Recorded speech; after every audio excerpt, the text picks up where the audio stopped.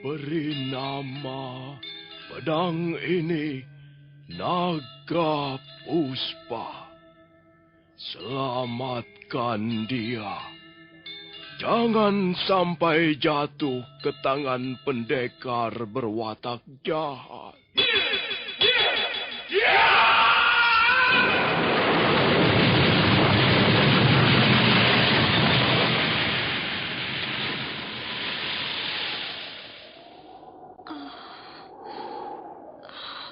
Kakang Kamandanu, kau masih juga tidak percaya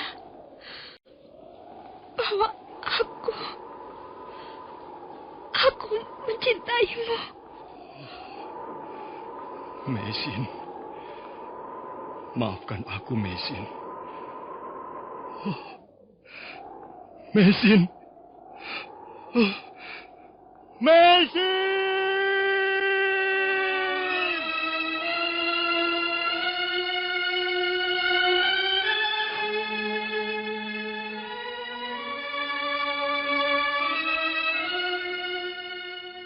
Tutur Tinula.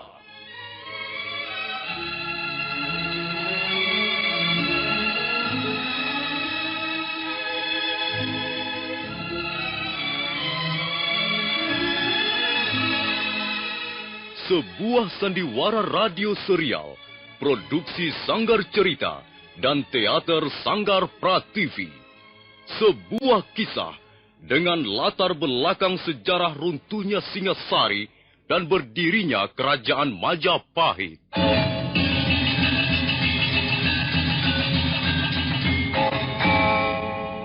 Sandiwara ini didukung oleh pemain-pemain radio yang sudah ternama. Ferry Fadli, Ivone Rose, dan Eli Ermawati.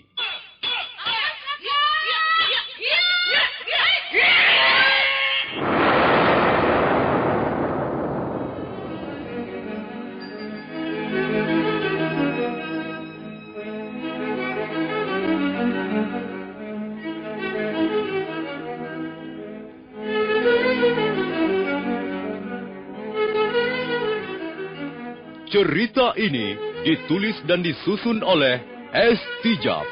Teknik dan montase dikerjakan oleh Rudi Tinangon dan Joko SP. Sutradara Y. Rudi Wartono. Kali ini mengetengahkan episode ketiga dengan judul Daun-Daun Bersemi Lagi.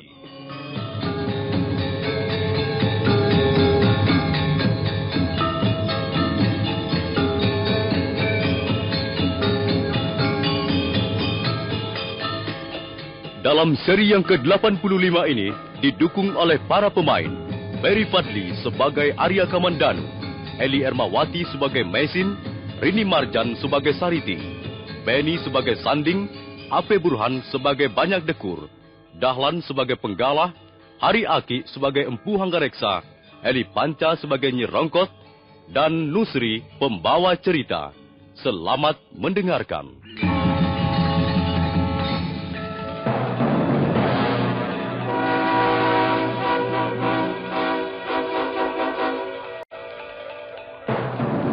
Arya Kamandanu menemui Sariti di Padas Kurawan di tepi Sungai Kurawan.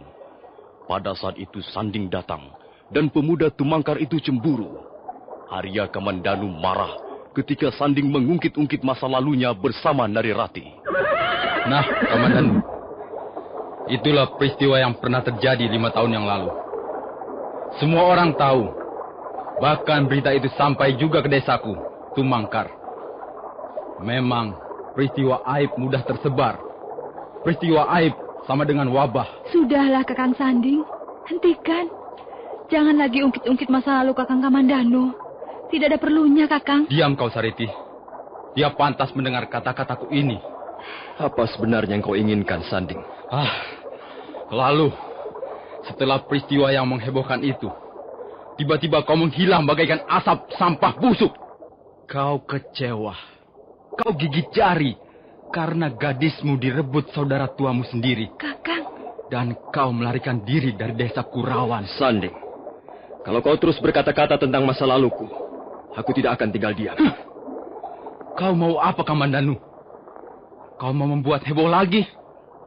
Kau memang biang keladi keributan. Dan sekarang, kau mau membuat keributan baru dengan Sariti. Sanding, apakah kau seorang laki-laki? Bukan hanya kau yang bisa berlagak besar, Kamandanu. Kalau kau laki-laki, turunlah dari kudamu dan jangan hanya pandai bicara. Turun! Baik, aku akan turun. Nah, aku sudah turun. Sekarang kau mau apa, ha? Mau mengajak baku hantam? Sudahlah, Kakang. Minggirlah, Sariti. Jangan, Kakang. Jangan. Jangan? Hah. Kau pikir aku ini apa, Sariti? Kakang. Kau kira aku akan tinggal diam melihat tangannya menggerayangi tubuhmu? Manusia tidak senonoh. Kotor. Kakang. Setelah 5 tahun keluyuran tak tentu arah, sekarang kau pulang untuk mengotori desamu sendiri. Orang seperti ini tidak pantas diberi hati. Ya! Jangan, Kakang. Jangan.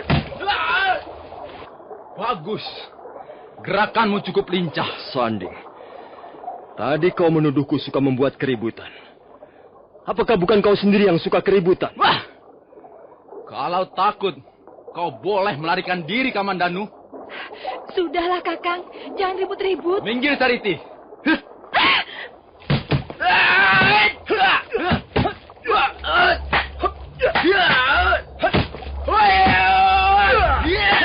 Kadas Kurawan adalah sebutan untuk suatu tempat di salah satu bagian di Sungai Kurawan.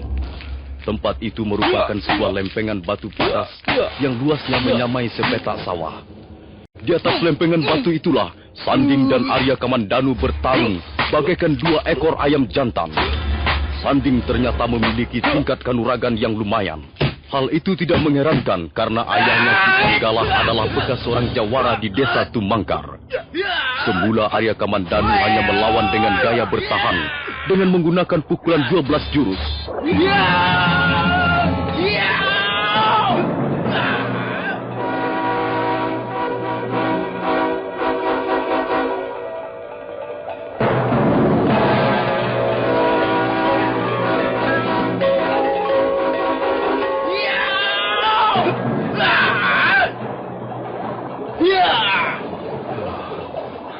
Anak ini cukup tangguh juga.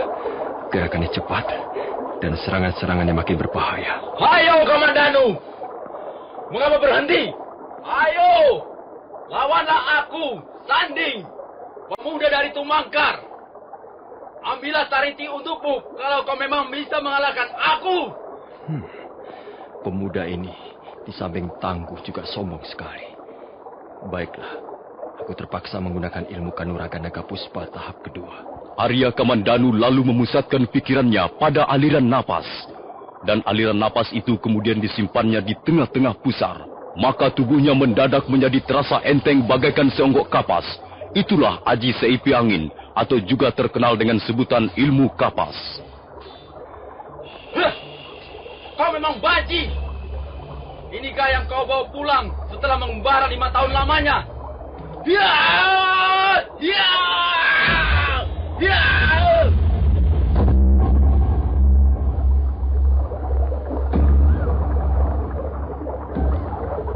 Sanding menjadi terkejut setengah mati karena begitu tangannya bergerak menyerang, mendadak Arya Kamandanu berkelit ringan. Saking cepatnya gerakan itu, seolah-olah Sanding melihat Arya Kamandanu lenyap dari pandangan matanya. Dan hal itu terulang sampai berkali-kali. Sanding menjadi gugup dan kebingungan. Dia seperti bertarung melawan hantu. Kadangkala Arya Kamandanu terlihat di sampingnya, lalu lenyap dan pindah ke belakang atau ke depannya. Setelah beberapa saat lamanya mereka bertarung, agaknya Arya Kamandanu sudah mulai merasa bosan. Kemudian dia bermaksud menyudahi perkelahian itu dengan sedikit memberi pelajaran pada Sanding.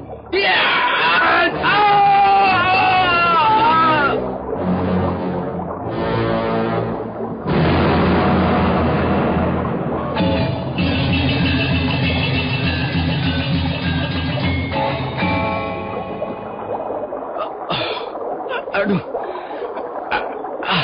Aduh. Oh, ilmu setan mana yang digunakan orang itu? Kakang, kau terluka. Mana yang sakit, Kakang? Mana yang sakit? Sariti, maaf. Aku terpaksa memberi pelajaran sedikit pada pacarmu itu. Supaya lain kali dia berhati-hati kalau bicara. Dan kau Sanding, jagalah mulutmu. Peliharalah lidahmu baik-baik. Orang menjadi mulia dan tercela karena lidahnya.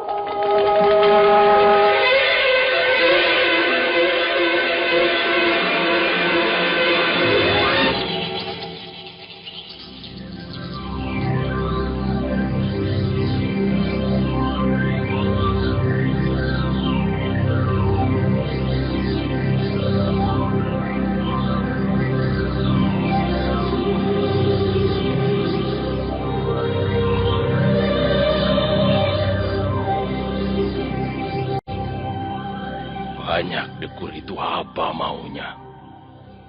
Dulu dia bilang setuju anaknya ku ambil menantu. Tapi kok tiba-tiba ada berita yang tidak enak begini? Huh. Sanding! Sanding! Iya, Ayah. Oh, apa benar berita itu? Berita apa, Ayah? Anak celaka. Masa kau malah belum dengar? Berita tentang Sariti, perempuan kesukaanmu itu.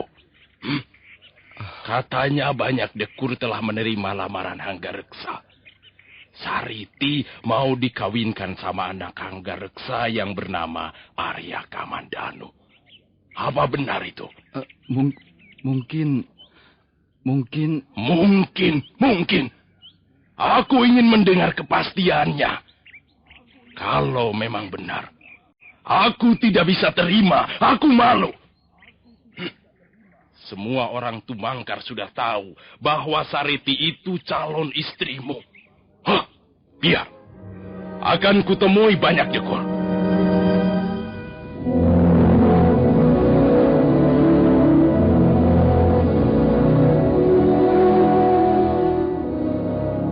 Ki Panggala kelihatan sangat gusar. Dia segera bergegas melangkah ke kandang kuda. Seekor kuda hitam yang gagah meringkik keras ketika laki-laki setengah tua itu melompat ke punggungnya.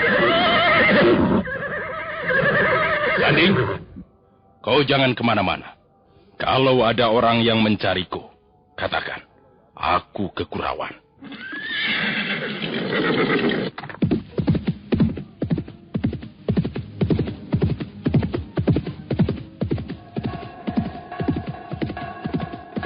Tubuh Ki Panggala berguncang-guncang di atas punggung kuda hitamnya. Laki-laki setengah tua berwajah beringas itu terus memacu kudanya dan sebentar kemudian sudah meninggalkan batas desa Tumangkar.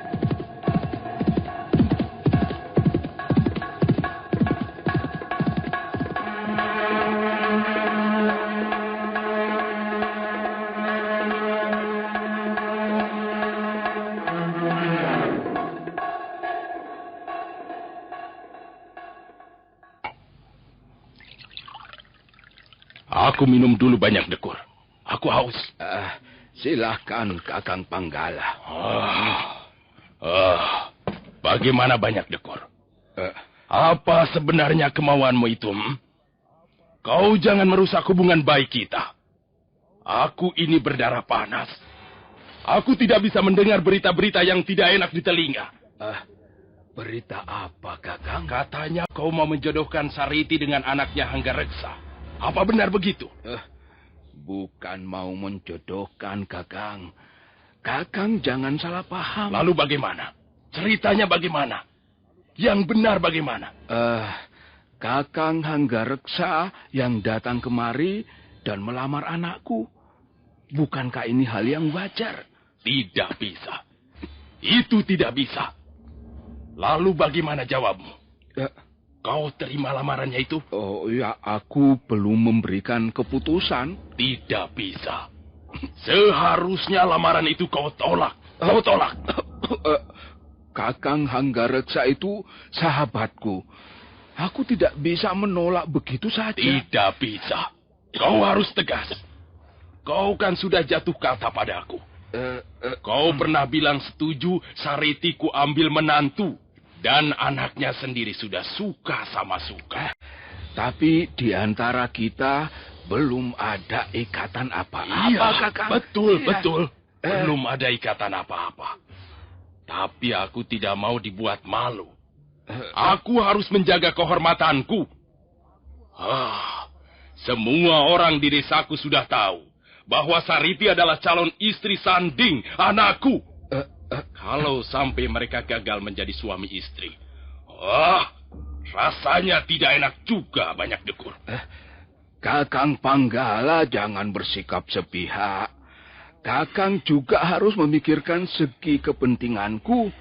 Sariti ya anakku. Ya, siapa bilang Sariti anak setan? Sudahlah, Banyak Dekur. Aku tidak ingin di antara kita terjadi keributan. Benar, Kakang. Kita sudah sama-sama tua. Buat apa ribut-ribut? Tapi kau harus bertindak bijaksana. Kau jangan memaksa aku untuk kembali ke jalan dulu. Aku ini bekas orang jahat. Kau tahu kan? Panggala, bekas benggol kecu, maling, rampok, begal. Tapi sekarang aku sudah tobat, sudah kapok. Aku sudah mau hidup baik. Walaupun masih minum tuak, aku tidak pernah berbuat keributan lagi. Tapi bukan berarti aku sudah tidak punya pendirian lagi. Aku masih bisa tersinggung. Iya. Aku minta maaf kalau telah membuatmu tersinggung, Kakang. Sudah. Aku tidak bisa banyak omong. Pokoknya aku tidak terima. Aku tidak akan tinggal diam kalau sampai Sariti dikawinkan dengan anaknya Hanggareksa. Nah, aku pulang.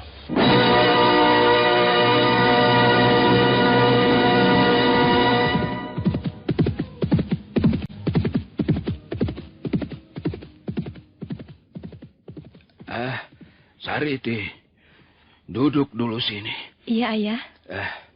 Lihat, seperti itu calon mertua yang kau idam-idamkan. Orang tak tahu adat kesopanan, kasar, beringas. Kalau bicara seperti mau menerkam saja. Tapi sebenarnya hatinya baik, Ayah. Baik. Apanya yang baik? Matamu itu sudah tertutup cinta. Mana bisa kau membedakan mana yang baik, mana yang buruk? Manusia seperti kerbau sinting begitu, masih kau katakan baik. Sudah. Aku mau pergi dulu. Kau jangan kemana-mana.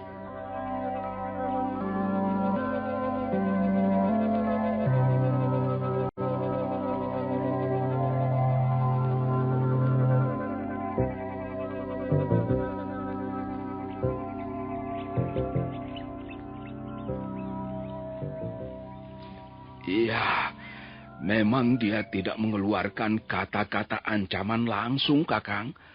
Tapi nada bicaranya dan sikapnya sudah bisa diartikan ancaman. Iya. Tenang sajalah, Hadi Banyak Dekur. Mari, kita cari jalan keluarnya. Tapi kalau bisa, hindarilah keributan. Tapi Kakang, kalau begini caranya, ya mau tidak mau memang akan terjadi keributan. Soalnya dia memaksaku agar Sariti tetap menjadi milik anaknya.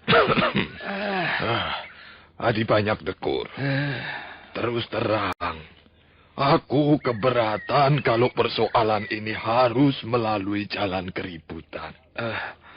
Sebab hal itu pasti akan mengundang perhatian yang berwajib. Dan aku sudah tidak mau lagi berurusan dengan pemerintah Kediri. Kalau begitu, bagaimana kalau persoalan ini kita bawa menghadap kepala desa? Kita minta pertimbangan beliau dan minta bantuan beliau untuk menyelesaikan masalah ini secara baik-baik. Ya. Usulmu itu agaknya bagus juga. Boleh. Mudah-mudahan saja kepala desa bisa memberikan jalan keluar yang adil.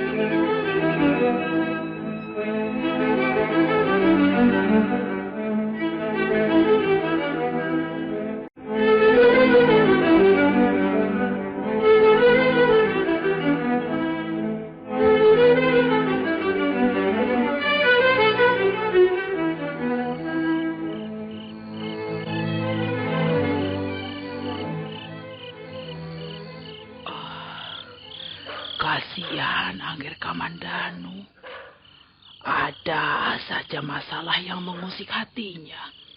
Masalah apa, Bi? Gusti Hanggareksa bermaksud menjodohkan Angger Kamandanu dengan Sariti. Siapa Sariti? Gadis Kurawan juga. Bapaknya masih sahabat Gusti Hanggareksa waktu masih kecil. Lalu, Bi?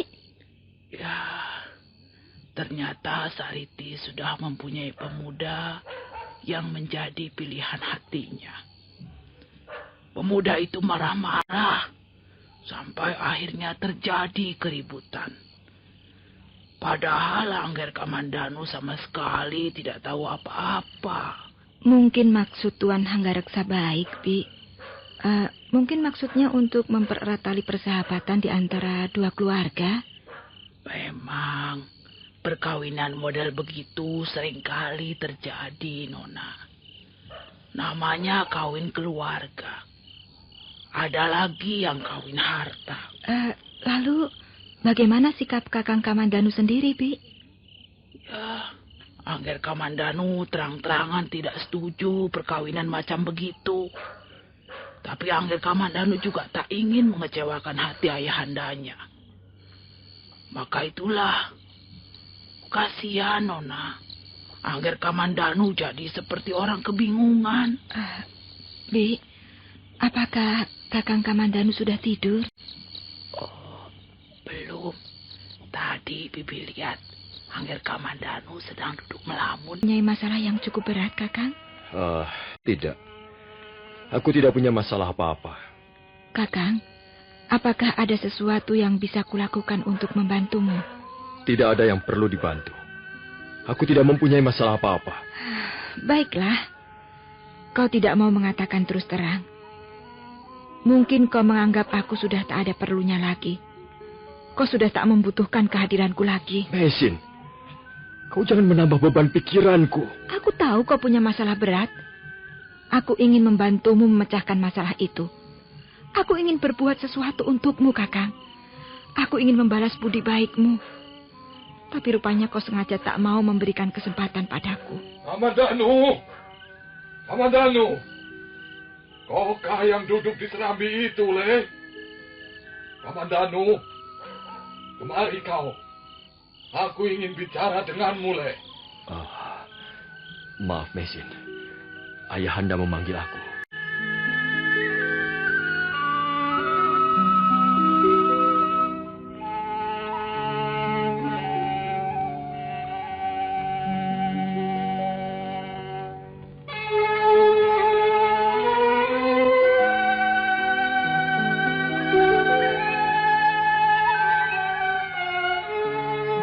Suara Empu Hanggareksa cukup lantang. Suara itu bergema ke ruangan-ruangan di sekitarnya. Arya Kamandanu bergegas memenuhi panggilan ayahnya, dan Mesin tinggal sendiri di serambi depan.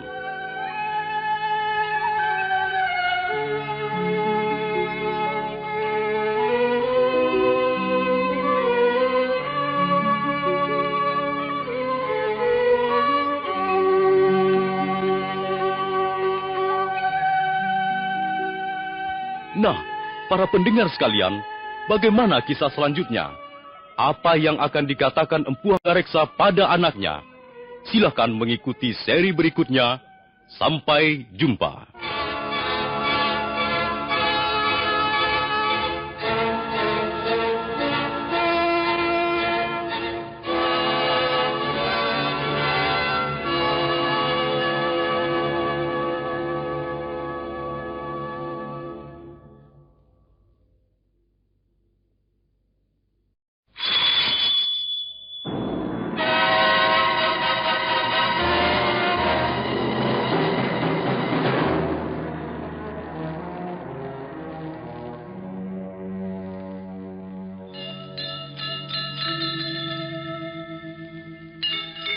Beri nama pedang ini Naga Puspa. Selamatkan dia. Jangan sampai jatuh ke tangan pendekar berwatak jahat.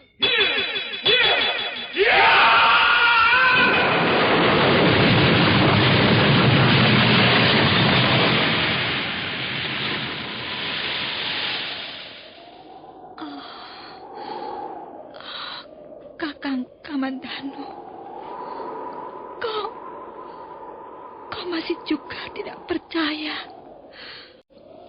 bahwa aku mencintaimu. Mesin, maafkan aku, Mesin. Mesin. Mesin!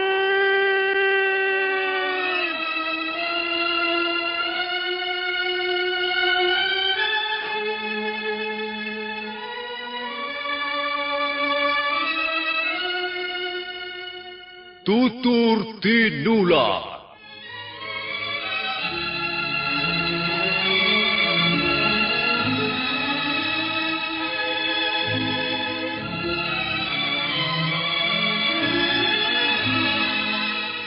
Sebuah sandiwara radio serial, produksi Sanggar Cerita dan Teater Sanggar Prativi. Sebuah kisah dengan latar belakang sejarah runtuhnya Singasari dan berdirinya Kerajaan Majapahit.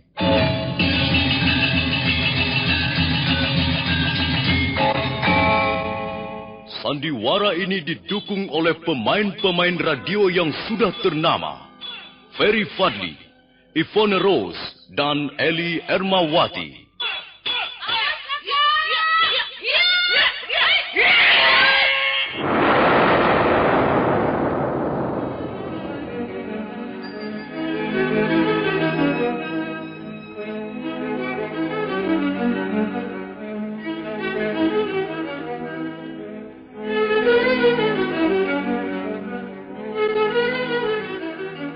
Cerita ini ditulis dan disusun oleh S. Tijab. Teknik dan montase dikerjakan oleh Rudi Tinangon dan Joko SP. Sutradara Y. Rudi Wartono. Kali ini mengetengahkan episode ketiga dengan judul Daun-Daun Bersemi Lagi.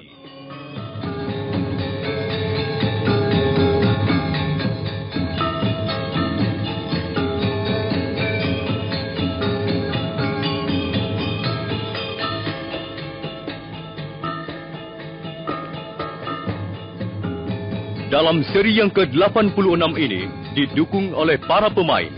Ferry Fadli sebagai Arya Kamandanu, Eli Ermawati sebagai Maisin, Hari Aki sebagai Empu Hanggareksa, Rini Marjan sebagai Sariti, Ape Burhan sebagai Banyak Dekur, Benny sebagai Sanding, Dahlan sebagai Ki Panggalah, dan pembawa cerita Nusri.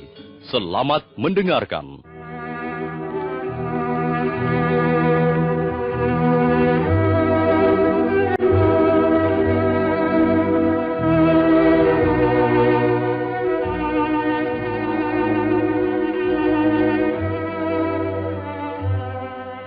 Maisin menemui Arya Kamandanu yang tengah duduk melamun di serambi depan. Arya Kamandanu mengelak ketika Maisin menanyakan masalah yang tengah dihadapinya. Mengapa kau tidak mau berterus terang, Kakang? Aku tidak mempunyai masalah apa-apa. Tak ada yang perlu kau bantu, Maisin. Baiklah. Mungkin kehadiranku sudah tidak kau butuhkan lagi. Maisin, jangan kau tambah lagi beban pikiranku. Nanti kepalaku bisa meledak. Aku ingin membantumu, Kakang. Aku ingin berbuat sesuatu untukmu. Tapi rupanya kau tidak sudi menerima maksud baikku ini. Kamandanu, kaukah yang duduk di serambi depan itu? Kamandanu. Oh, maaf, ayahanda memanggil aku.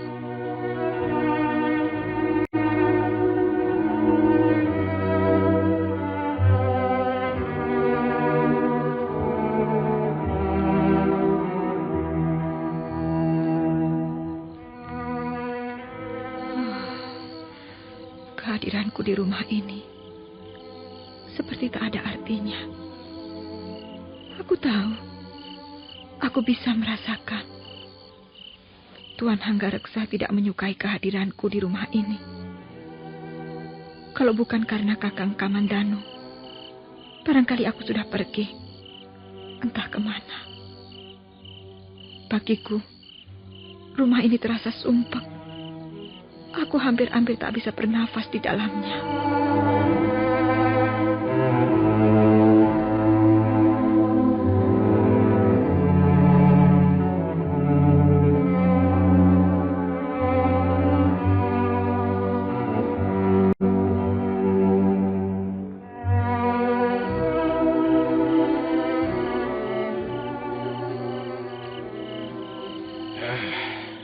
dengarlah, Kamandanu. Apa yang kurencanakan ini adalah untuk kebahagiaanmu, Le. Kau nanti yang senang. Yang memetik buahnya bukan siapa-siapa, Le. Kalau saya merasa tidak menanam, apakah pantas jika memetik buahnya, Ayah? Yang menanam memang bukan kamu, tapi aku, orang tuamu. Kan sudah pantas kalau anak menikmati hasil pekerjaan bapaknya. Tapi, tentu saja pekerjaan yang baik. Begini, Kamandanu. Sejauh-jauh terbang burung. Akhirnya toh harus berhenti untuk membuat sarang. Petualangan, pengembaraan, hidup berkelanan jajah deso Milangkori. Itu baik-baik saja, Le. Sebagai anak muda, harus banyak pengalaman. Harus banyak yang dilihat. Harus belajar membuat perbandingan-perbandingan. Ini memang merupakan tahap untuk mencapai kedewasaan. Dan tahap ini suatu ketika harus dilewati. 5 tahun kau pergi mengembara. Dan sekarang kau harus membuat sarang. Kau masih mempunyai orang tua, Le. Kau tidak perlu susah payah bekerja sendiri. Jika kau mau menurut, aku jamin, hidupmu bakal senang, Le. Apakah Ayah sedang membicarakan rencana perkawinan saya dengan putri Paman Banyak Dekur? Bagaimana kau tahu? Hah? Saya tahu dari Sariti sendiri. Bahkan saya telah kena getahnya. Saya telah memetik hasilnya. Pacar Sariti marah-marah dan melabrak saya. Kami terpaksa bertengkar dan berkelahi. Jangan hiraukan anak tumangkar itu. Pamanmu Banyak Dekur. Lebih memihak pada kita, Le. Tapi saya tidak bisa menerimanya, Ayah. Apa? Apa katamu? Dengar, Kamandanu. Aku mempunyai alasan yang kuat. Mengapa buru-buru merencanakan perkawinanmu? Aku tidak ingin kau hidup menggelandang lagi. Aku tidak ingin masa depanmu menjadi hancur di tengah jalan. Tidak, Ayah. Tidak. Saya tidak bisa menerimanya. Perkawinan seperti itu hanya akan membawa malapetaka. Perkawinan tanpa cinta hanya akan membuat penderitaan bagi kedua belah pihak. Dengar dulu, Kamandanu. Tidak. Saya tidak mau, Ayah. Saya tidak mencintai Sariti. Dan Sariti pun sudah mempunyai pilihan yang lain. Dia tidak akan bahagia menjadi istri saya. Kamandanu! Aku ini apamu, ha? Ayah adalah orang tua saya. Kamandanu. Apakah kau tidak tahu? Apakah kau tidak bisa melihat seperti apa keadaan ayahmu sekarang ini? Lihatlah, Le. Bukalah matamu dan lihat. Ayahmu ini sudah tidak punya apa-apa lagi. Tidak punya kebanggaan lagi. Ayahmu sudah seperti seonggok sampah.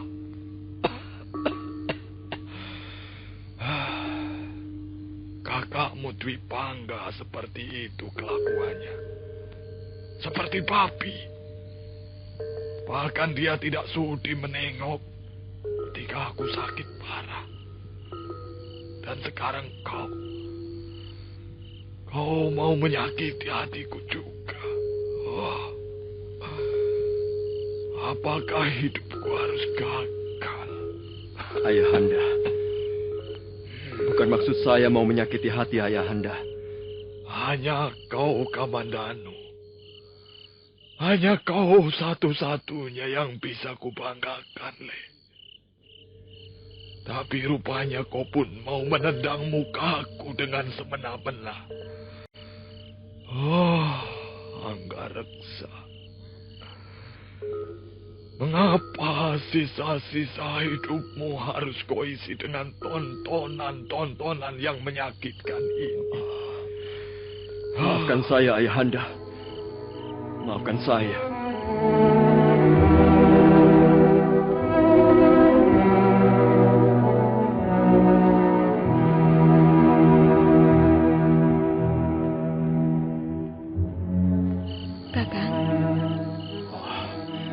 Tinggalkan aku, Mesin. Pikiranku sedang kacau. Biarkan aku sendiri. Aku tahu dari Birongkot persoalan apa yang sedang kau hadapi. Aku kesal. Mengapa aku harus selalu kesal dan kecewa? Kakang, mungkin maksud ayahmu baik. Dia ingin membahagiakanmu. Apakah kebahagiaan bisa dicetak seperti sepotong makanan?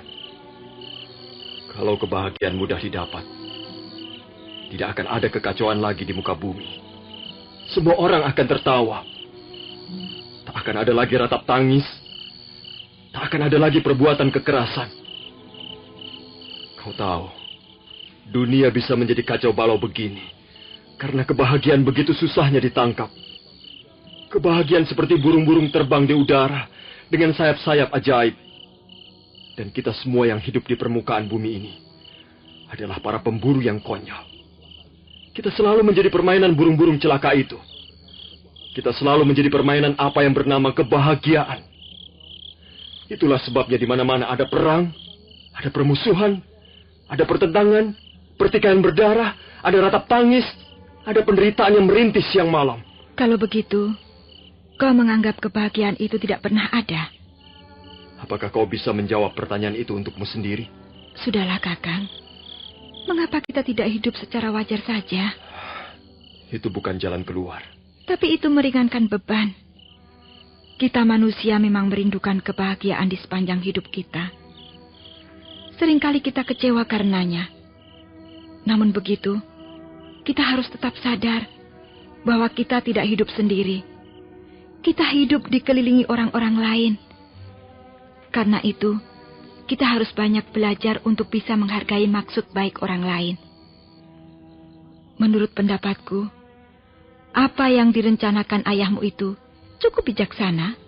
Mesin, apakah kau mengharapkan agar aku mengawini wanita lain? Menurut Birongkot, gadis itu namanya Sariti. Dia gadis yang baik dan manis. Dan dia warga desa Kurawan juga. Tapi aku tidak mencintainya. Apakah itu tidak cukup jelas? Mesin, aku hanya mau mengambil istri wanita yang kucintai dan mencintai aku. Oh, aku tahu. Aku tahu. Mungkin kau mengharapkan agar aku mengawini wanita lain. Tapi itu tidak mungkin. Itu tidak akan pernah terjadi. Bukankah kau tahu apa yang kuinginkan? Kau tahu apa yang kudambakan?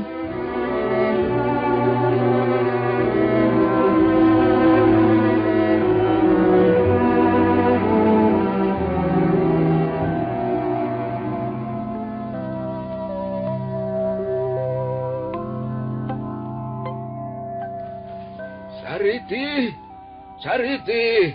Ada apa, Ayah? Kau lihat 40 potong bambu yang dipanjangkan di halaman rumah kita itu? Iya, Ayah. 3 hari lagi halaman rumah kita akan ramai dikunjungi orang. Mereka akan berdatangan untuk melihat tontonan yang menarik. Dan kau pun harus ikut menonton. Kau harus melihat sendiri siapa nantinya yang bakal menjadi jodohmu. Saya sebenarnya malu, Ayah. Mengapa harus dengan cara seperti ini? Itu sudah menjadi keputusan kepala desa. Dan sudah menjadi adat kebiasaan di desa kita. 2 orang pemuda yang menginginkan seorang gadis, maka harus memperebutkannya di atas 40 potong bambu. Tapi Ayah... Cukup. Kau tidak usah membantah. 3 hari lagi, Sanding dan Kamandanu akan menunjukkan kemampuannya di atas potongan-potongan bambu itu. Dan yang keluar sebagai pemenang berhak membawamu pergi. Ini sudah merupakan keputusan yang tidak bisa diganggu-gugat. Kecuali salah seorang di antara mereka mengundurkan diri.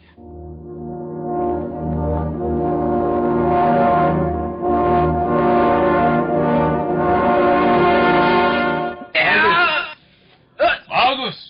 Ya. Terus. Perhatikan kakimu. Awas. Bagus. Terus. Bagus. Awas. Kaki kananmu. Kaki kiri. Kanan. Terus. Iya. Sekarang berputar. Ayo berputar. Bagus. Terus berputar. Bagus. Ya, cukup. Cukup. Turun.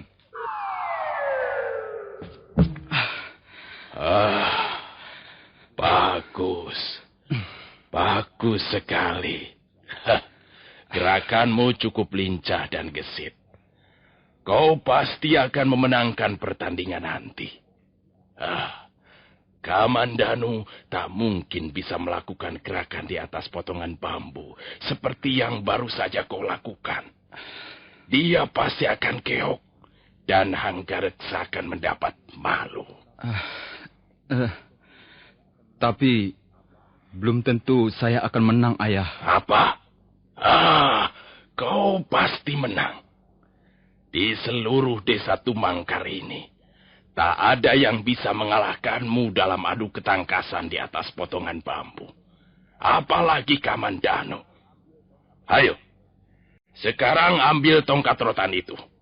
Aku akan melihat sampai sejauh mana kemampuanmu bertarung di atas potongan bambu. Ayo, cepat ambil tongkat itu dan naik. Baik, Ayah.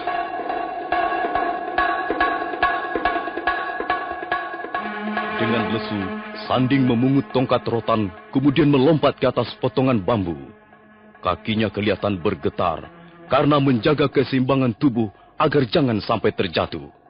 Sementara itu, Ki Panggalah sudah lebih dulu berada di atas potongan bambu. Ayah dan anak itu kini berhadap-hadapan muka. Nah, kau sudah siap? Ya, Ayah. Kau sudah siap? Awas! Aku akan menyerangmu. Ki Panggalah segera menyerang Sanding. Sanding melompat kiri kanan untuk menghindari serangan. Bambu yang selesai mereka injak sampai gemeretak dan bergoyang-goyang. Tiba-tiba Sanding lengah. Kakinya belum sampai menapak di ruas bambu ketika ayahnya sudah kembali menyerang dengan tongkat rotan.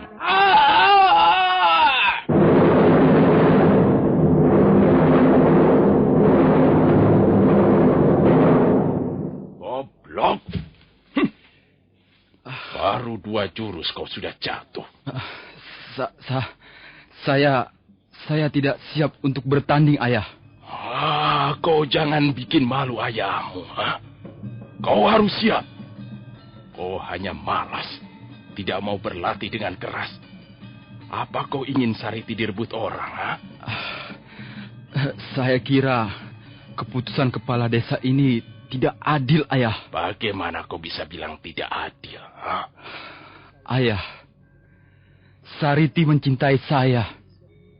Seharusnya Sariti menjadi milik saya, Ayah. Sanding. Sariti pasti akan menjadi milikmu. Tapi kau harus mau kerja keras untuk itu. Kau harus dapat menjatuhkan Kamandanu dari atas potongan bambu. Kau laki-laki. Kau harus memperoleh seorang wanita idamanmu dengan kemenangan. Ayo, pungut lagi tongkat itu dan naik. Ayo cepat. Aku akan melatihmu dengan keras selama 3 hari ini. Kalau kau malas, kau akan sakit. Aku sendiri yang akan menghajarmu dengan tongkat rotan ini. Ayo, naik, cepat. Baik, Ayah.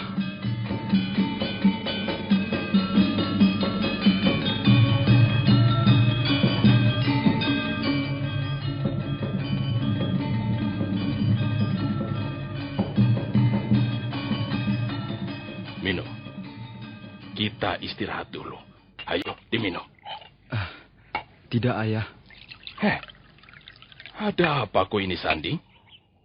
Kau seperti orang tidak punya gairah. Kau lemas. Kau takut ya? Kau gentar melawan Kamandanu? Tidak, Ayah. Kalau takut, lebih baik kau mati saja. Aku tidak suka punya anak penakut.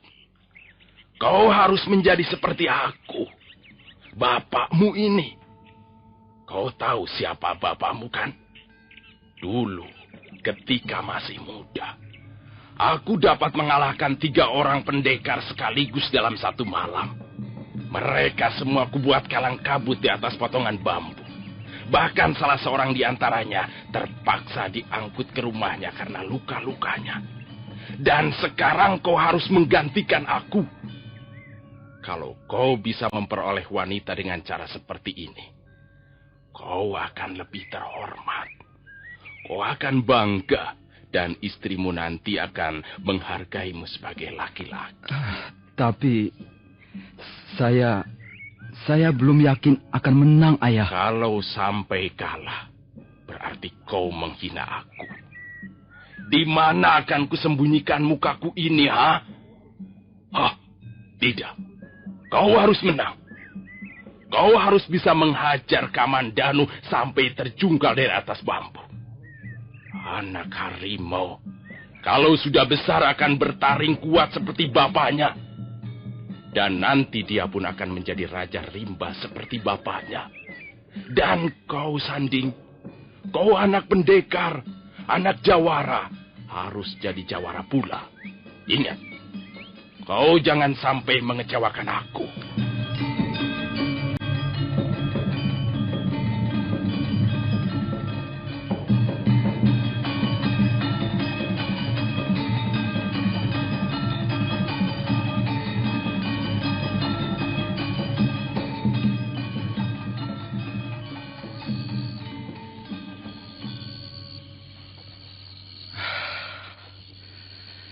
Aku tidak yakin akan bisa memenangkan pertarungan itu, Sariti. Ya, aku sudah melihat sendiri kemampuan Arya Kamandanu jauh berada di atasku. Aku pasti akan kalah. Dan kalau aku kalah, berarti kau akan menjadi milik orang lain, Sariti. Tidak, Kakang.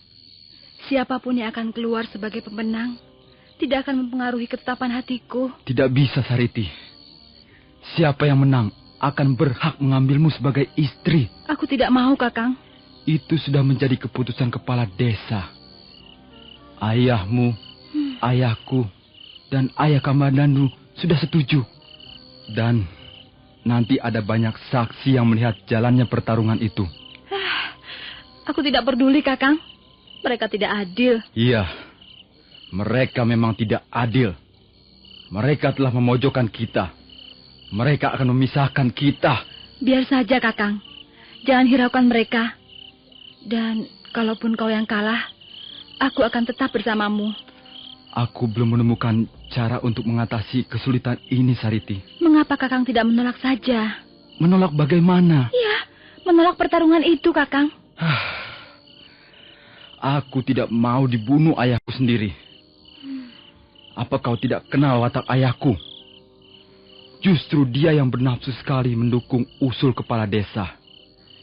Dia sangat mengharapkan agar aku dapat keluar sebagai pemenang. Dia melatihku habis-habisan dari pagi sampai jauh malam. Tapi aku tetap tidak yakin dapat mengalahkan Kamandanu.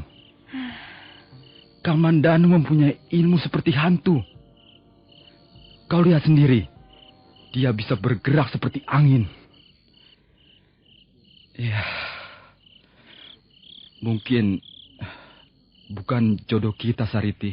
Kakang jangan putus asa. Kau sampai hati melihat aku menjadi bulan-bulanan Kamandanu. Aku malu sekali kalau sampai hal itu terjadi. Kang, aku tidak akan membiarkan hal itu terjadi. Aku akan berusaha. Apa yang akan kau lakukan? Aku akan menemui Kakang Kamandanu.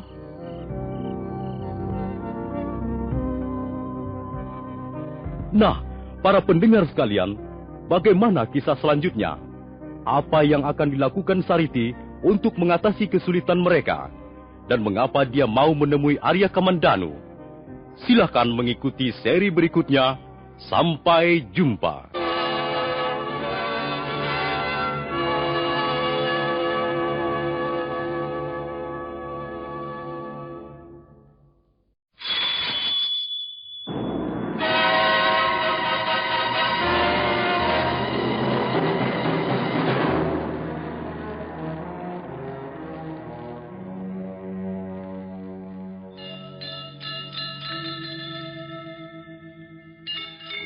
Beri nama pedang ini Naga Puspa. Selamatkan dia. Jangan sampai jatuh ke tangan pendekar berwatak jahat.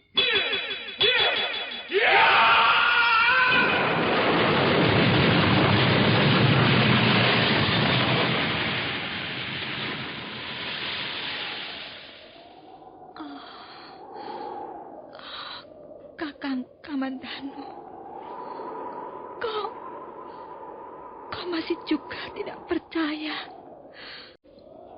bahwa aku mencintaimu.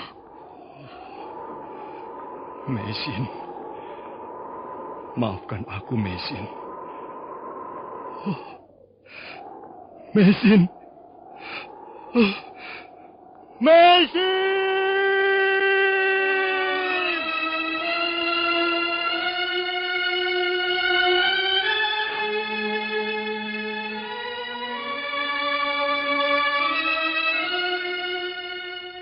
Tutur Tinula.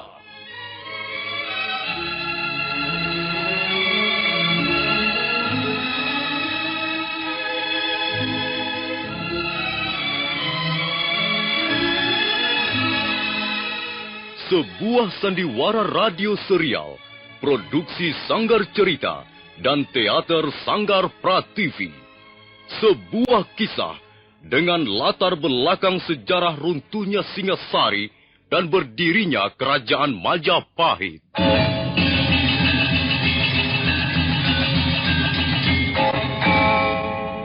Sandiwara ini didukung oleh pemain-pemain radio yang sudah ternama. Ferry Fadli, Ivone Rose, dan Eli Ermawati.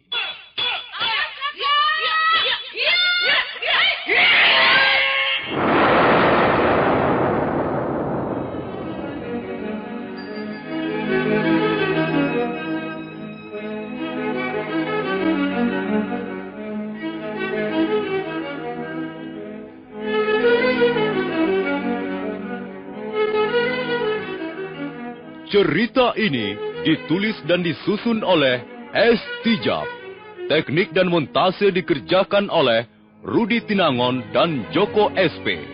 Sutradara Y. Rudi Wartono. Kali ini mengetengahkan episode ketiga dengan judul Daun-Daun Bersemi Lagi.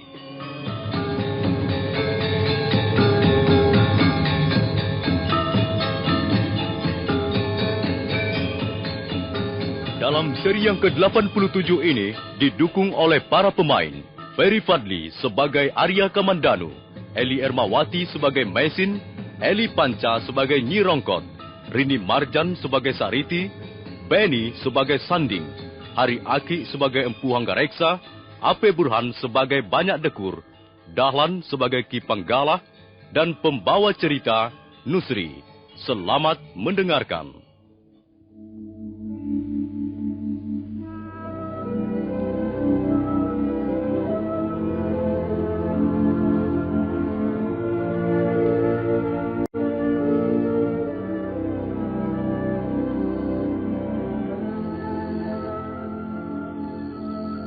Sanding putus asa.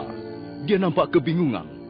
Dia merasa tak bakal bisa mengalahkan Arya Kamandanu, tapi terpaksa menghadapinya. Sariti merasa iba melihat kekasihnya murung dan lesu. Sudahlah, Kakang. Jangan putus asa. Sariti, bagaimana aku tidak cemas dan putus asa. Besok malam aku sudah harus bertarung, dan aku tahu bahwa aku yang bakal kalah. Bagiku kau akan tetap keluar sebagai pemenang, Kakang. Kau hanya menghibur aku, Sariti. Tidak, Kakang.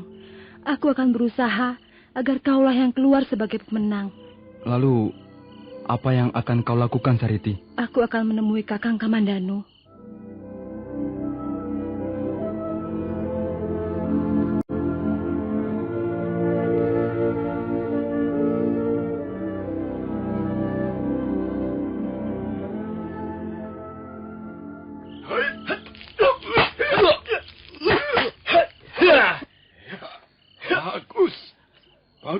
Bagus. Aku yakin kau yang bakal memenangkan pertarungan itu, Le. Saya tidak tahu untuk apa bertarung, Ayah. Kau bertarung untuk calon istrimu. Untuk Sariti. Saya belum bermaksud mencari istri. Dan saya tidak mencintai Sariti. Kami tidak mempunyai hubungan apapun. Bahkan baru sekali saya bertemu dengannya. Ya, baiklah. Kalau begitu, kau akan bertarung untuk persahabatan ayahmu dengan Adi Banyak Dekur. Apakah persahabatan itu harus dibina dengan mengorbankan kebahagiaan seseorang? Persahabatan adalah sesuatu yang mulia. Tapi apakah artinya kemuliaan itu kalau harus dibayar dengan penderitaan sepasang suami istri? Kamandanu, kau jangan mengajari orang tuamu. Aku ini pernah menjadi muda, tapi kau belum pernah menjadi orang tua. Saya hanya mengemukakan pendapat saya. Saya tidak mau menjadi seekor bebek yang penurut. Baiklah. Kau jangan menjadi bebek. Tapi kau juga jangan menjadi sapi yang tolol. Ayo, kau harus berlatih lagi, Le. Kau harus bertarung untuk menjaga nama baik orang tuamu.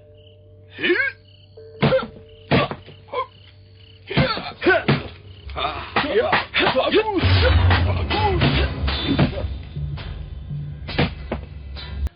Ada apa, Bi?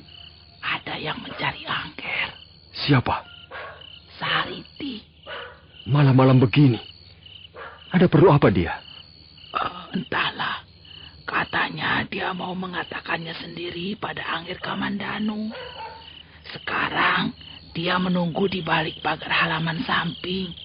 Di bawah pohon kelapa gading. Ayo, cepat temui dia, Angger. Kasihan. Mengapa Bibi tidak suruh masuk saja? Anaknya tidak mau. Sudah Bibi suruh, tapi tidak mau. Baiklah.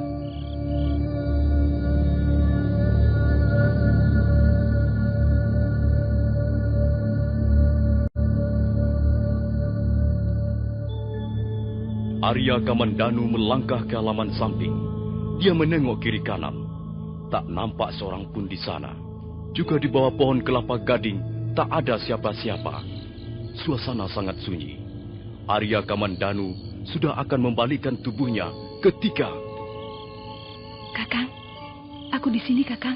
Oh, kau Sariti. Iya. Aku ingin mengatakan sesuatu padamu, Kakang. Aku tak punya kesempatan lagi. Ayo, masuklah ke rumah. Jangan, Kakang.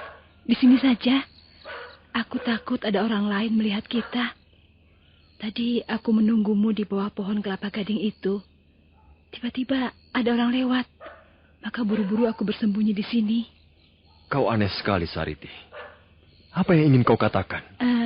Tentang pertandingan bambu kuning besok, Kakang. Iya. Besok aku harus bertarung dengan Sanding pacarmu. Apakah aku tidak bisa memohon sesuatu padamu, Kakang? Untuk kali ini saja. Barangkali seumur hidup hanya sekali ini saja aku memohon sesuatu padamu.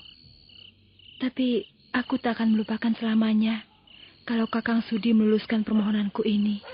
Apa yang kau inginkan dariku, Sariti? Kumohon besok Kakang jangan datang untuk bertarung.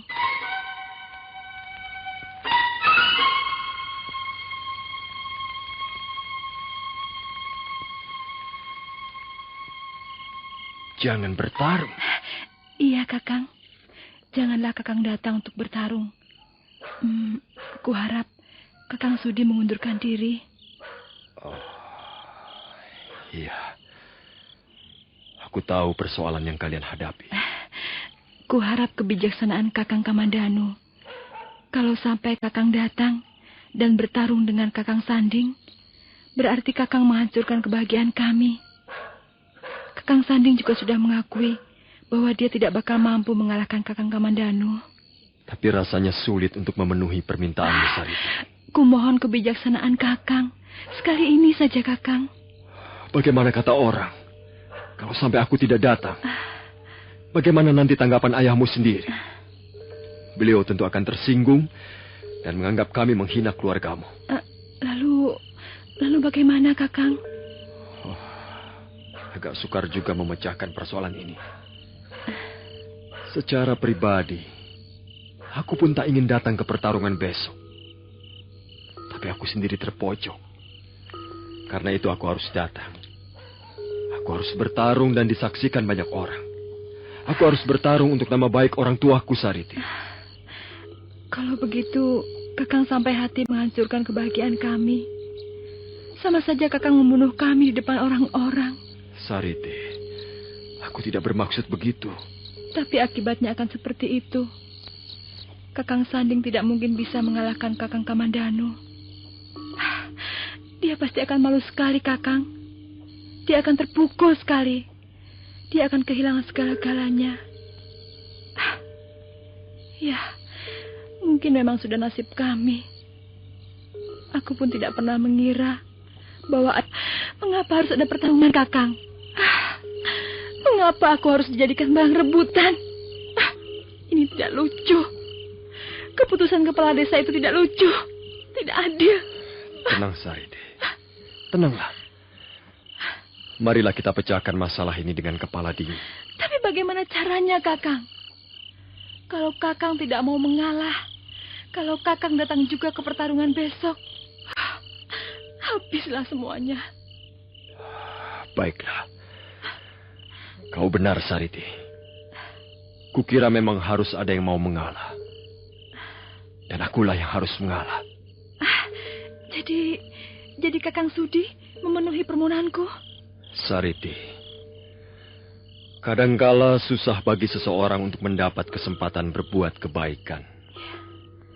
Yang seringkali terjadi adalah melakukan apa saja untuk kepentingan pribadi, kesenangan diri sendiri, kepuasan diri sendiri. Nah, bagiku, kesempatan itu sekarang datang. Dan aku akan menggunakannya sebaik-baiknya. Aku akan mengambil langkah-langkah untuk kepentingan orang lain. Aku akan membantu kalian dalam membina sebuah kebahagiaan suami istri. Dan ini kulakukan dengan rasa tulus, dengan senang hati. Terima kasih, Kakang Kamandanu. Kau tidak usah khawatir. Aku tidak akan mengganggu kebahagiaanmu bersama Sandi. Jadi, Kakang tidak akan datang ke pertarungan besok? Bukan begitu. Aku tetap harus datang. Jadi Kakang masih akan bertarung? Iya. Aku akan bertarung. Bukan untuk kemenanganku sendiri, tapi untuk kemenangan kalian. Terima kasih, Kakang. Terima kasih. Sekali lagi terima kasih. Sungguh mulia jiwa Kakang Kamandanu. Aku tidak akan bisa membalas ketulusan hatimu ini, Kakang. Mudah-mudahan Yang Maha Kuasa yang akan membalasnya.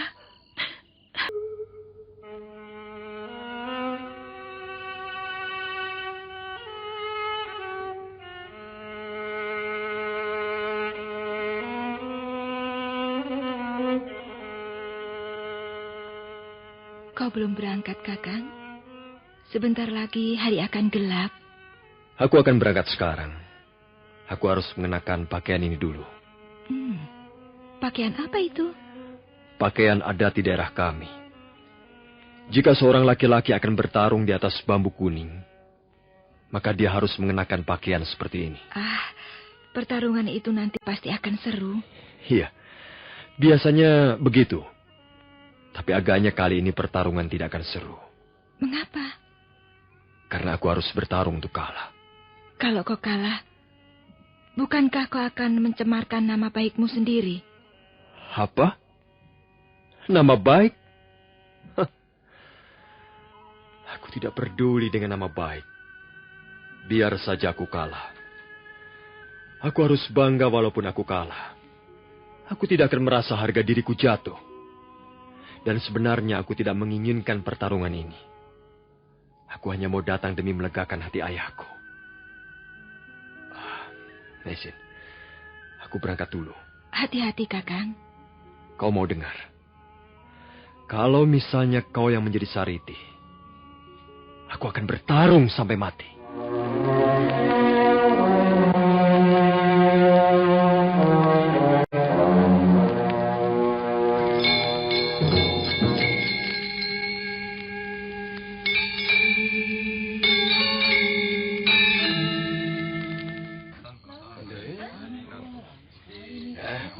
Mana anakmu, Kakang Hanggareksa? Mana Kamandanu? Memang keterlaluan anak itu. Tadi aku ajak berangkat sama-sama tidak mau. Jangan-jangan dia tidak mau datang. Kalau sampai tidak datang, akan kupuntir batang lehernya. Pasti dia sedang bermalas-malasan. Dasar sapi tolol. Semuanya sudah siap? Mana anakmu, Hanggareksa? Tunggu sebentar, Kakang Panggala. Sabar sebentar. Mungkin sedang dalam perjalanan menuju kemari. Jangan-jangan dia takut lalu tidak mau datang. Anakku pasti datang. Tenang saja. Duduklah saja baik-baik. Bagaimana Banyak Dekur? Menurut pendapatmu, siapa nanti yang bakal keluar sebagai pemenangnya? Anakku atau anaknya Hanggareksa? Aku tidak bisa meramalkan, Kakang. Kita lihat saja nanti. Nah, itu dia. Kamandanu sudah datang. Sapi tolol. Cepat. Mengapa lama benar? Mengapa baru datang? Ayo cepat, orang-orang sudah pada menunggu.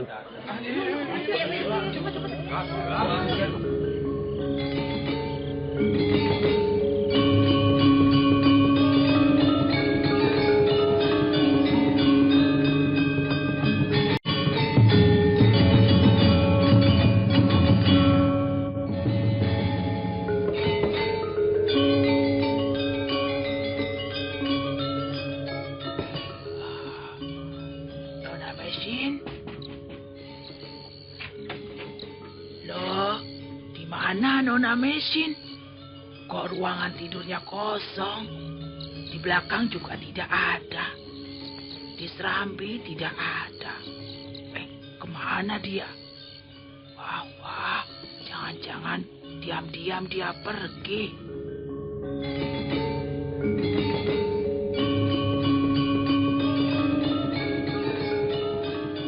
Sementara itu di halaman rumah Banyak Dekur semakin ramai dikunjungi orang. Mereka ingin menyaksikan upacara adat yang bernama Pesta Bambu Kuning. Upacara seperti ini sudah ada sejak dulu, sejak zaman Singasari baru berdiri.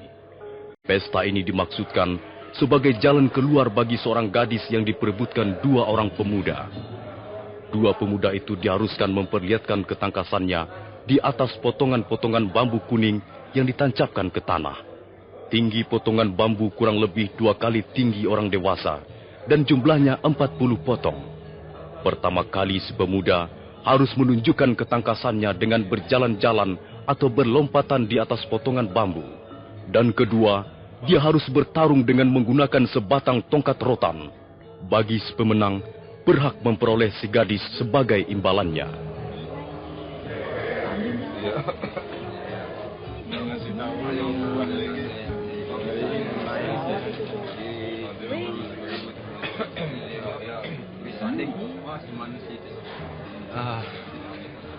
Bagaimana Sariti? Apa kau sudah menemui Kamandanu? Kau tidak usah khawatir, Kakang. Kau pasti akan keluar sebagai pemenangnya. Sebenarnya aku malu. Malu sekali, Sariti. Kau tidak usah malu, Kakang. Hanya dengan cara seperti ini, kita akan berhasil mencapai apa yang kita cita-citakan. Tapi, di mana harga diriku sebagai laki-laki, Sariti? Aku berhasil mempunyai istri karena pengorbanan laki-laki lain. Sudahlah, Kakang. Lihat, rupanya acara sudah akan dimulai.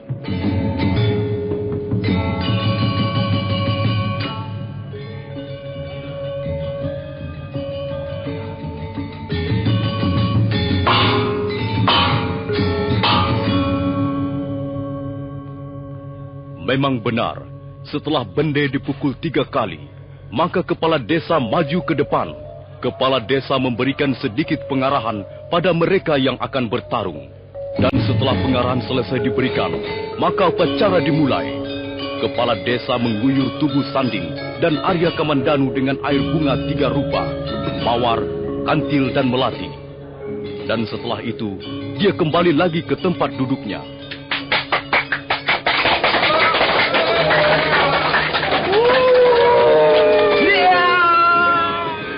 Yang pertama kali tampil adalah Sanding, pemuda dari desa Tumangkar itu. Sanding menarik napas dalam-dalam sambil memusatkan perhatiannya. Kemudian pemuda itu melompat ke atas potongan bambu kuning. Kaki Sanding hinggap di atas potongan bambu kuning bagaikan seekor burung elang. Kemudian dia berlompatan ke sana kemari. Kakinya seperti lengket di atas bambu. Sanding terus beraksi memperlihatkan ketangkasannya. Sekali waktu, dia hampir terpeleset, tapi tubuhnya segera melenting dan kembali kakinya hinggap dengan cantik di atas. Apa yang diperlihatkan pemuda desa Tumangkar itu benar-benar mendebarkan. Suatu ketika, dia melompat tinggi dan jungkir balik di udara. Penonton sampai menahan napas, tapi mereka lega begitu kaki Sanding mendarat dengan mulus di atas bambu. Sanding semakin bersemangat ketika mendapat sambutan dan tepukan meriah dari penonton. Beberapa kali dia jungkir balik di udara, dan akhirnya setelah dirasa cukup, dia memutar tubuhnya dan melompat dengan manis ke atas tanah.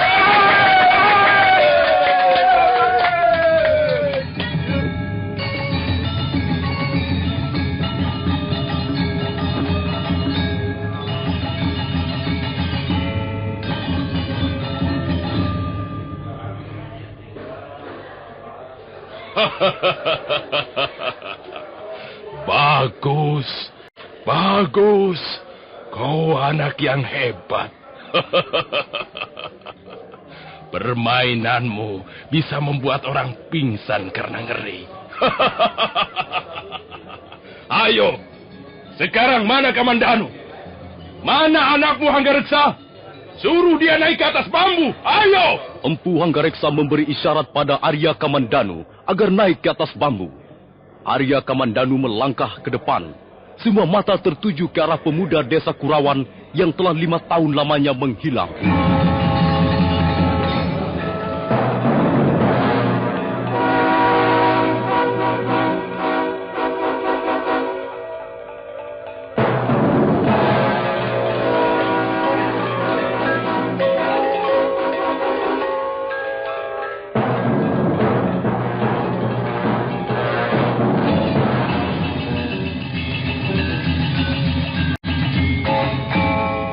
Arya Kamandanu menarik napas panjang 3 kali.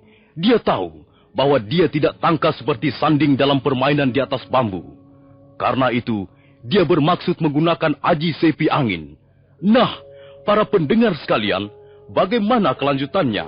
Apakah Arya Kamandanu benar-benar akhirnya harus mengalah dalam pertarungan melawan Sanding? Silakan mengikuti seri berikutnya.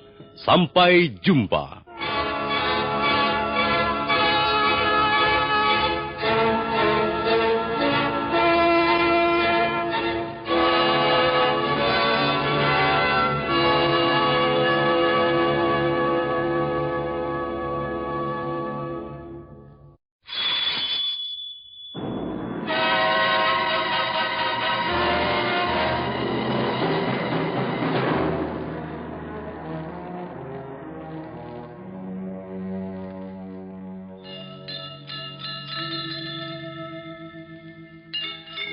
beri nama pedang ini Naga Puspa.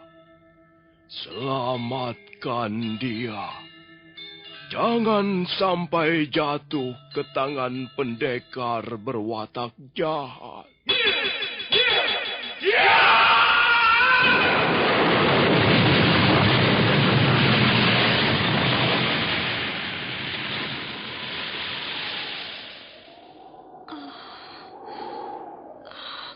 Kakang Kamandanu, kau masih juga tidak percaya bahwa aku mencintaimu. Mesin, maafkan aku, Mesin. Mesin. Mesin!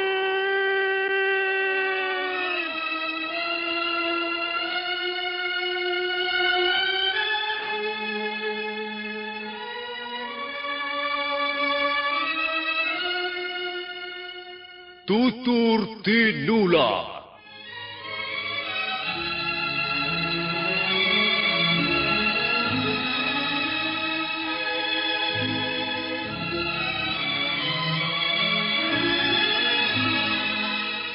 Sebuah sandiwara radio serial, produksi Sanggar Cerita dan Teater Sanggar Prativi. Sebuah kisah dengan latar belakang sejarah runtuhnya Singasari dan berdirinya Kerajaan Majapahit.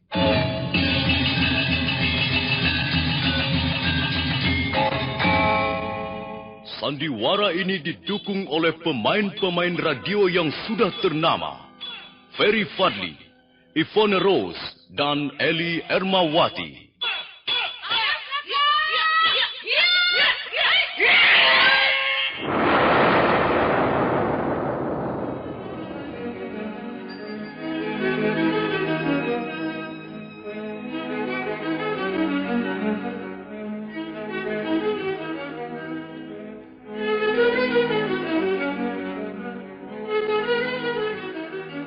Cerita ini ditulis dan disusun oleh S. Tijab. Teknik dan montase dikerjakan oleh Rudi Tinangon dan Joko SP. Sutradara Y. Rudi Wartono. Kali ini mengetengahkan episode ketiga dengan judul Daun-Daun Bersemi Lagi.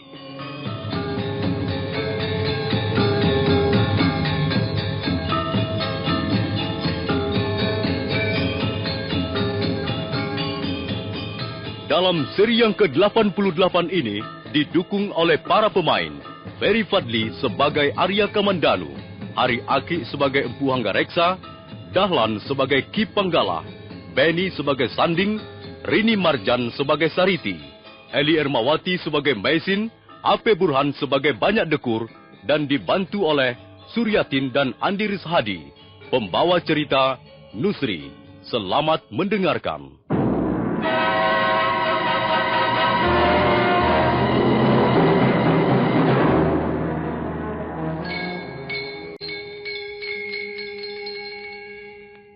Arya Kamandanu menyiapkan aji seipi angin yang dulu diajarkan Empu Hanggareksa.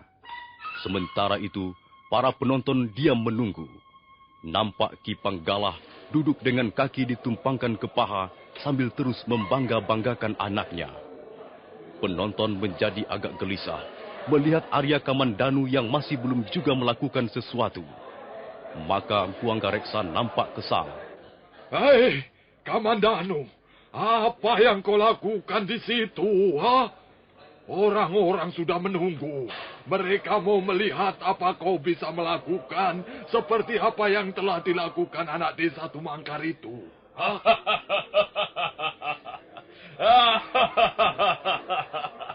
Hanggareksa, barangkali anakmu sedang berpikir bagaimana caranya untuk mengundurkan diri. Kamandanu, kalau kau masih juga berdiri di situ seperti sapi tolol, kau akan kulempari batu. Ayo, Cepat naiklah kau. Arya Kamandanu tidak senang juga melihat ayahnya menjadi sasaran cemoohan Ki Panggala. Maka secepat kilat dia melompat ke udara.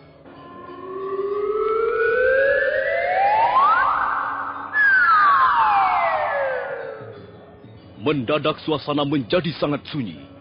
Semua mata memandang kagum ke arah Arya Kamandanu yang berdiri di atas bambu bagaikan burung Raja Wali. Arya Kamandanu kemudian mulai melompat ke sana kemari. Kakinya tak kalah lincahnya dibandingkan Sanding. Bahkan gerakannya jauh lebih cepat.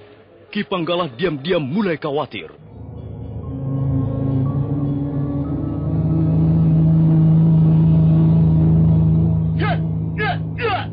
Arya Kamandanu terus melompat dan gerakannya makin lama makin cepat. Penonton berdecak kagum. Kini mereka tidak lagi melihat dengan jelas tontonan di depan mereka. Mereka hanya seperti melihat kelebatan bayangan orang yang melompat ke sana kemari seperti hantu malam. Kadangkala bayangan itu berputar-putar di udara.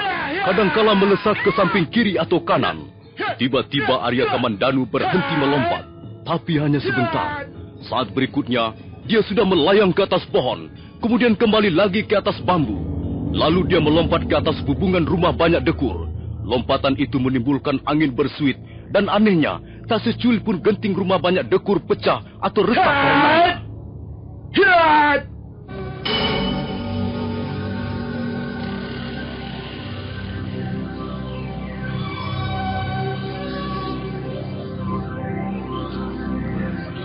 Saipi angin. Anak itu mempunyai aji saipi angin. Pantas dia bisa melakukan lompatan seperti setan. Kalau begini, anakku bisa kalah. Sanding! Ya, Ayah. Kau sudah siap untuk pertarungan berikutnya? Saya siap, Ayah. Kau harus hati-hati. Lawanmu itu bukan anak muda sembarangan. Kau harus ingat benar jurus-jurus yang kuajarkan tempo hari. Terutama sekali jurus yang penuh tipu muslihat. Kau tidak perlu ragu-ragu. Kalau perlu, sodok saja begitu dia lengah. Di sini yang penting menang. Nah, ambillah tongkatmu. Pertarungan sudah akan dimulai lagi. Baik, Ayah.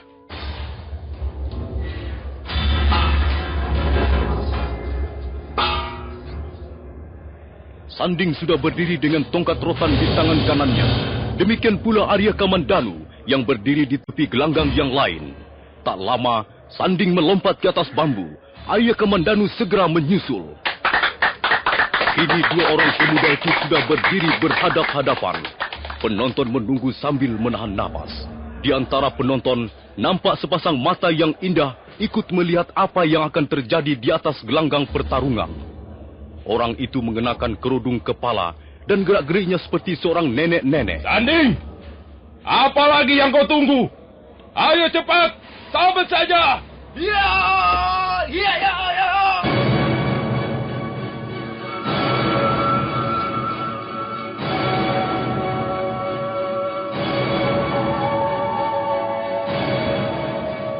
Sanding terus memburu Arya Kamandanu dengan tongkat rotannya. Karena kali ini tidak menggunakan aji sepi anginnya, dan itu memang disengaja. Arya Kamandanu menjadi kewalahan. Beberapa kali kakinya hampir saja terpeleset, tapi untung dia buru-buru dapat mengatasi keseimbangan tubuhnya. Aku melihat ada yang tidak beres, Kakang Hanggareksa. Iya. Mengapa sekarang anak itu menjadi lamban? Mengapa gerakannya menjadi kaku sekali begitu? Barangkali dia sedang menjajaki kemampuan lawannya. Tapi bukan begitu caranya menjajaki lawan. Lihat. Saya menjadi khawatir, Kakang. Sudahlah. Biar saja dibayar degur.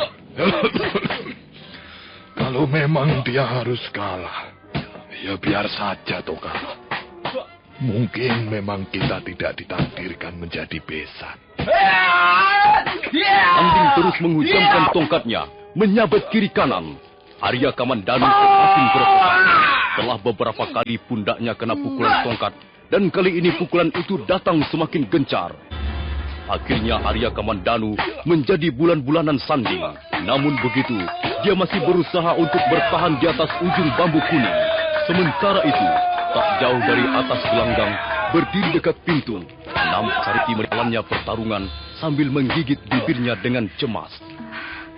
Kasihan Kakang Kamandanu. Dia menjadi bulan-bulanan Kakang Sanding. Kasihan. Tubuhnya pasti sakit sekali terkena pukulan tongkat rotan itu. Mengapa kau harus berkorban untuk kami? Dia terkena pukulan lagi di punggungnya. Mengapa Kakang Sanding begitu kejam? Bukankah dia tahu bahwa Kakang Kamandanu hanya mengalah saja? Kasihan sekali Kakang Kamandanu.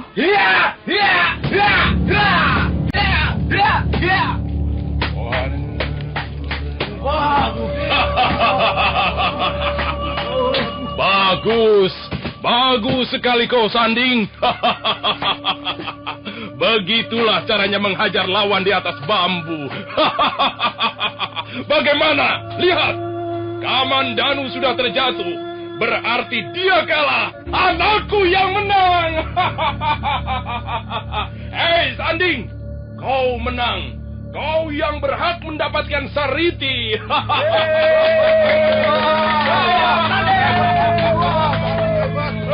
Ki Panggala terus tertawa-tawa melihat kemenangan yang diperoleh anaknya. Lain halnya dengan Empu Hanggareksa, dia nampak sangat terpukul. Setelah minta diri pada banyak dekur, buru-buru orang tua itu melangkah meninggalkan keramaian orang. Sementara itu, di belakang para penonton yang masih sibuk membicarakan jalannya pertarungan, nampak dua orang laki-laki berbadan kekar. Dua bilah pedang yang terselip di pinggang menandakan bahwa mereka tergolong orang yang menyukai tindakan kekerasan. Kau melihat apa, Kakang Tembini? Lihat sebelah sana. Banyak wanita cantik. Diamlah kau Gender. Rupanya kau tertarik pada nenek-nenek di bawah pohon itu ya? Iya. Aku tertarik pada nenek-nenek yang aneh itu. Apa? Nenek-nenek aneh? Apanya yang aneh? Bedaknya, pupurnya, atau gincunya terlalu tebal hingga nampak seperti genderuwo kesiangan. Coba perhatikan.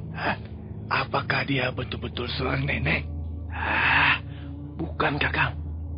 Wajahnya masih halus, tidak berkerut-kerut seperti nenek-nenek. Lihat, dia pergi adik Gander.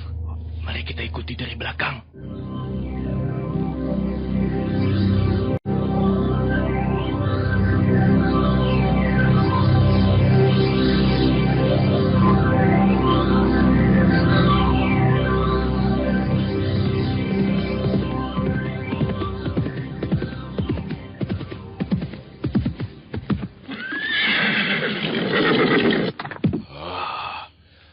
Bagaimana Sanding? Kau puas sekarang? Akhirnya kau juga yang akan memboyong Sariti. Sebenarnya saya malu, Ayah. Apa? Malu? Mengapa harus malu? Sebenarnya saya tidak berhak memenangkan pertarungan itu, Ayah. Pokoknya kau yang menang. Semua orang melihat kaulah yang menang. Kamandanu kau gebuk sampai babak belur dan akhirnya tubuhnya melayang jatuh bagaikan nangka busuk. Orang-orang tidak tahu. Ayah juga tidak tahu. Hanya saya dan Sariti yang tahu bahwa sebenarnya saya tidak berhak untuk menang, Ayah. Kalau saya dapat memukul Arya Kamandanu, ya karena dia sengaja mengalah, Ayah. Mengalah bagaimana? Dia mengalah, Ayah. Sebelum pertarungan dimulai, dia sudah menyerahkan kemenangan itu pada saya. Masa harus begitu? Ayah tidak percaya karena ayah tidak tahu. Jadi kau anggap bapakmu ini bodoh ya? Kau kira aku tidak tahu? Jadi ayah tahu? Hai, dengar Sanding. Kamandanu itu bukan lawanmu. Dia mempunyai aji saipi angin. Dia bisa bertarung seperti setan. Kau tidak akan mampu melawan orang seperti itu. Kalau dia mau, kau bisa dibunuhnya. Tentu saja aku tahu kalau dia sengaja mengalah. Kalau dia bertarung sungguh-sungguh. Dalam satu gebrakan kau sudah bisa dibuat terjungkal dan tidak bangun lagi. Tapi, sudahlah. Aku tidak mempersoalkan itu lagi. Yang penting kau bisa mengawini anak banyak dekor. Tapi ingat, kau harus berjanji padaku. Berjanji apa ya? Kau harus bisa memberikan anak sebanyak-banyaknya pada Sariti. Iya, iya, iya.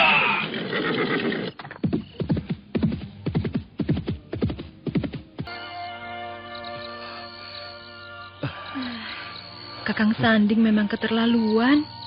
Berapa kali dia memukulmu, Kakang? Entahlah, Sariti. Aku tidak menghitung berapa kali pacarmu itu telah memukul aku. Tapi memang seharusnya begitu. Kalau dia tidak bersungguh-sungguh, tentu orang-orang akan tahu bahwa apa yang mereka lihat hanyalah sebuah sandiwara. Tapi kau yang menjadi korban, Kakang. Untuk membuat sandiwara yang meyakinkan, memang dibutuhkan korban. Sudahlah, Sariti. Iya, Kang. Aku mau pulang. Terima kasih. Kau telah memboreh punggungku dengan parang. Aku yang harus berterima kasih padamu, Kakang. Tanpa pertolonganmu, pengorbananmu, jiwa besarmu, entahlah apa jadinya hidupku nanti. Ada sedikit yang ingin kusampaikan padamu. Apa itu, Kakang? Sekalipun semua ini kulakukan dengan rasa tulus. Iya. Tapi ada sesuatu yang sangat kuharapkan. Janganlah kau sia-siakan pengorbananku ini. Jadilah kau nanti seorang istri yang baik, yang setia, penuh pengertian dan kasih sayang pada suami dan anak-anakmu. Iya, Kakang. Iya. Aku akan memenuhi apa yang kau harapkan. Aku tidak akan menyia-nyiakan pengorbananmu yang begitu berharga ini, Kakang.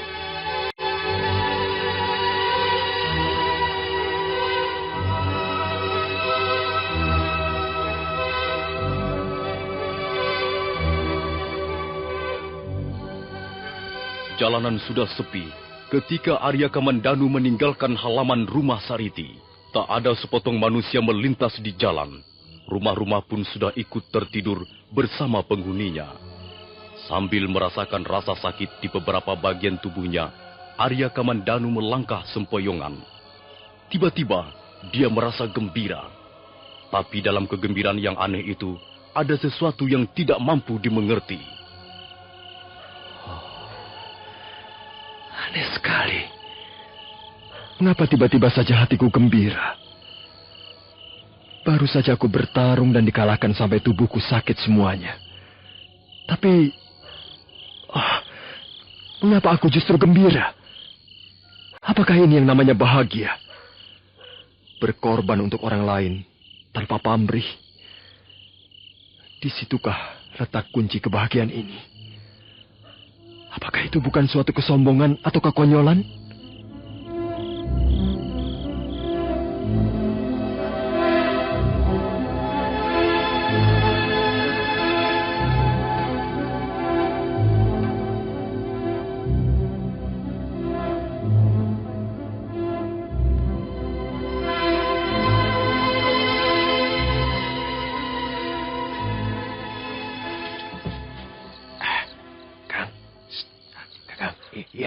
Nenek itu berhenti, Kang. Dia menengok ke belakang. Mungkin dia tahu kalau kita buntuti. Iya, kita lihat saja dari jauh. Aku ingin tahu dia pulang ke rumah siapa. Kakang Tumbini naksir ya? Aku bukan mau mencumbu dia. Lalu mau kau apakan perempuan itu, Kang? Akan kutangkap. Ditangkap, lalu ditidurkan di atas ranjangnya. Sedap sekali, Kang. Hus, ngawur. Perempuan itu akan kutangkap dan kuserahkan pada pemerintah Kediri. Loh, apa salahnya dia, Kang? Adik Gender. Ya, Kang. Kita mampir nonton pesta bambu kuning tadi. Rupanya rezeki nomplok. Kalau kita pulang langsung ke Kedung Pluk, wah, rugi besar. Kita tidak bakal dapat 200 ringgit. Hah? 200 ringgit? Iya. Kalau dugaanku itu betul, kita akan dapat 200 ringgit. Kau pernah dengar tentang 2 orang asing yang menjadi buronan pemerintah Kediri? Oh ya? 2 orang itu laki-laki dan perempuan. Konon kabarnya, yang laki-laki diduga sudah mati karena menderita luka-luka parah. Tinggal yang perempuan. Oh iya, Kang. Iya. Perempuan itu tadi sepertinya juga bukan penduduk asli. Hah? Bukan pribumi. Kulitnya putih sekali. Jarang wanita asli menunjukkan ciri-ciri seperti itu, Kang. Mungkin dia itu wanita buronan pemerintah Kediri, Kang. Loh, mana dia? Kalian siapa? Dan mau apa? Kau mau pulang kemana, Nek? Malam-malam begini. Aku mau pulang kemana? Apa urusanmu? Ayo minggir. Jangan berdiri di situ. Aku mau jalan. Nek. Jangan begitu, Nek. Kami kan bermaksud baik. Ini sudah malam. Hah? Aku mau pulang. Jangan ganggu aku. Nanti tak laporkan kepala desa loh. Loh. Siapa yang mengganggu nenek? Kami justru mau mengantarkan nenek. Kasihan, sudah tua kalau berjalan sendiri. Nanti ada genderuwo loh, Nek. Aku tidak takut genderuwo. Sudah. Kalian mengganggu orang jalan saja. Tunggu dulu, Nek. Kalian ini mau apa sebenarnya? Mau merampok ya? Aku tidak punya apa-apa. Kalau mau merampok, sana di kota. Tunggu dulu, Nek. Kok buru-buru sekali? Ini sudah malam. Aku ditunggu cucuku di rumah. Siapa nama cucumu itu, Nek? Apa urusanmu? Mau tahu nama cucuku? Kalian ini pasti orang-orang nggak bener. Brengsek. Ayo, pergi. Nek. Kok galak amat sih, Nek? Nek. Kurang ajar kau ya. Berani pegang-pegang tanganku. Aku sudah tua. Kalau mau cari kesenangan, sana sama yang masih muda. Cari yang masih kenceng pipinya. Tidak, aku tidak mau. Aku mau kau saja, Nek.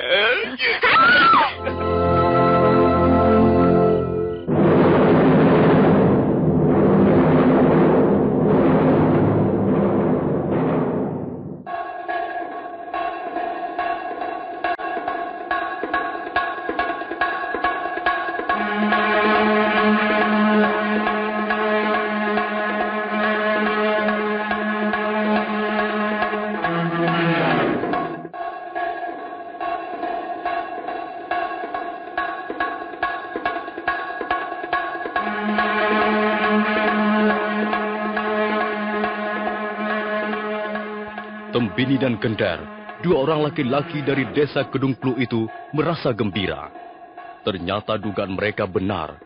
Wanita yang mengaku nenek-nenek itu ternyata masih muda dan cantik wajahnya. Dialah Mesin. Nah, para pendengar sekalian, bagaimana kisah selanjutnya? Apa yang akan terjadi dengan Mesin? Silakan mengikuti seri berikutnya. Sampai jumpa.